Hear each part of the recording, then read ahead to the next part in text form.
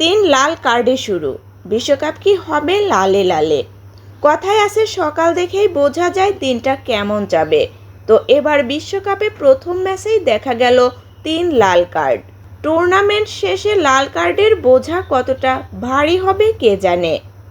উত্তর সময়ের হাতে। তবে আজতেকা স্টেডিয়ামে মেক্সিকো দক্ষিণ আফ্রিকা প্রথম ম্যাচ শেষেই এই প্রশ্ন উঠে গেছে।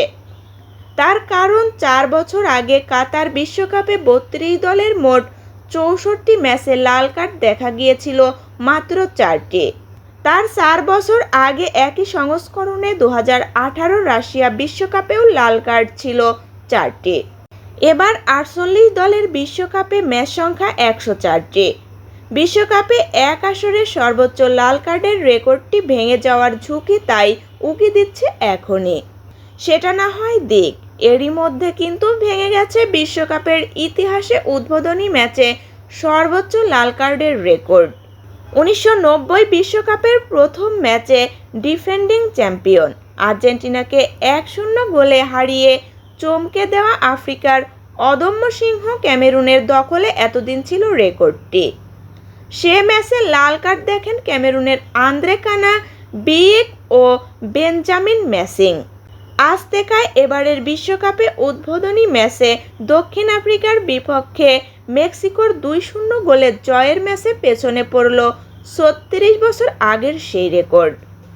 মেক্সিকো দক্ষিণ আফ্রিকার যৌথ প্রযোজনায় লাল কার্ড দেখা গেল 3টি। দক্ষিণ আফ্রিকার দুই মিডফিল্ডার স্কেফেলো থিওলো ও থেম্বা জেওয়ানের লাল কার্ড দেখান। মেক্সিকোর সেজার মন্তেস এরপর লাল কার্ড দেখে মাঠ ছাড়েন। তবে জেওয়ানের লাল কার্ডটা মেনে নিতে পারেননি দক্ষিণ আফ্রিকার কোচ হুগো ব্রুস। বিশ্বকাপে এক ম্যাচে ন্যূনতম 3 বার, তার বেশি লাল কার্ড দেখা গেছে 7 বার। এর মধ্যে প্রথম দুটি ঘটনায় কোয়ার্টার ফাইনালে 1938 বিশ্বকাপে ব্যাটল অব বোর্দো খ্যাত ব্রাজিল ও সাবেক চেকোস্লোভাকিয়ার ম্যাচে 3 লাল কার্ড দেখা যায়। তবে সেবারের সেই 1954 বিশ্বকাপে কার্ডের প্রচলন ছিল না।